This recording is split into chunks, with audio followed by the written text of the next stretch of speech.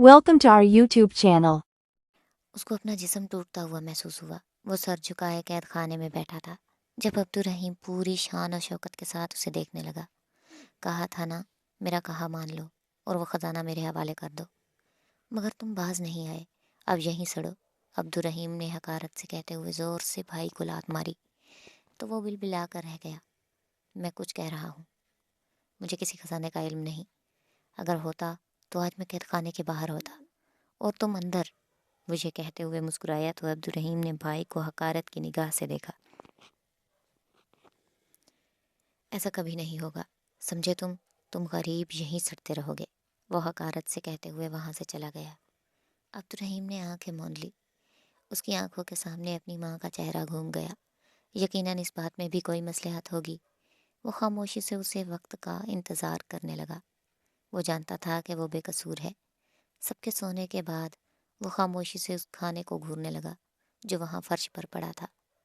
उसे अपने बच्चों की याद सताई जो भूखे प्यासे थे। चंद आंसू के कतरे उसकी आंखों से बहते हुए दाढ़ी में जज़ब हो गए। रात का आधा पहर था जब वो तहज्जुद के लिए उठा। वो वज़ू किए नमाज अदा कर ही रहा था जब उसे कुछ आवाज़ें सुनाई दी। उसे हैरानी हुई कि इस वीरान कैद खाने में आखिर किसकी आवाज़ें सुनाई दे रही हैं। कोई बार बार मदद के लिए पुकार रहा था। इर्द गिर्द देखा, उसे महसूस हुआ शायद किसी कैदी को मारा जा रहा है। तभी वो चिल्ला रहा है, मगर वो आवाज़ इतनी मध्यम थी कि वो घबरा कर इधर उधर देखने लगा। वो जिस कैद खाने में कैद था उसकी एक दीवार पत्थरों से बनी हुई थी और उसी में एक सुराख रह गया था जहाँ से वो आवाज़ आ रही थी। वो दंग रह गया कि आखिर वहाँ कौन कैदी है। उसे शम्मा उठाकर देखा तो हर तरफ अंधेरा था, कुछ दिखाई नहीं पड़ रहा था।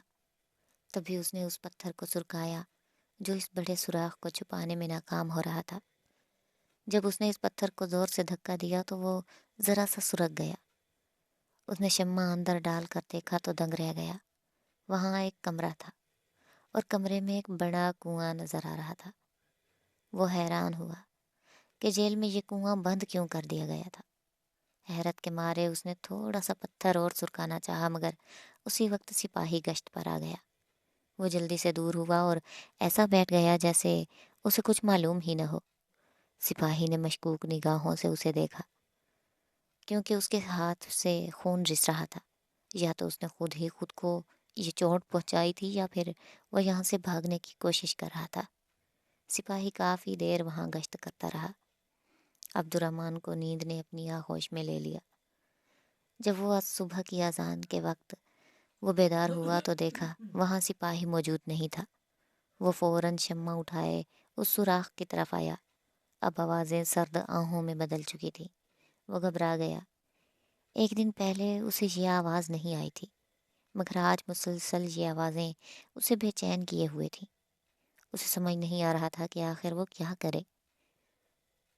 सुबह सब लोग नमाज अदा करने गए। उसने जल्दी से वो पत्थर सुरका दिया। वो दुबला पतला आदमी था। उसने इस पत्थर को नीचे उतारा, उस पर वो लिहाफ ओढ़ाया और ये जाहिर करते हुए कि वो सो रहा है, जल्दी से इस सुराख के अंदर चला गया और देखा तो हैरान रह गया। उसे अपनी आंखों पर यकीन नहीं आ रहा था। ऐसा लग रहा था जैसे आंखों का फितूर हो, मगर वो सच था, क्योंकि कुआं बिल्कुल खाली था, मगर उसमें से आवाज़ें मुसलसल आ रही थीं, जैसे वो आवाज़ें उसकी मौजूदगी महसूस कर चुकी हों। Thanks for watching and wait for the next part of the story. Thank you. Please subscribe this channel.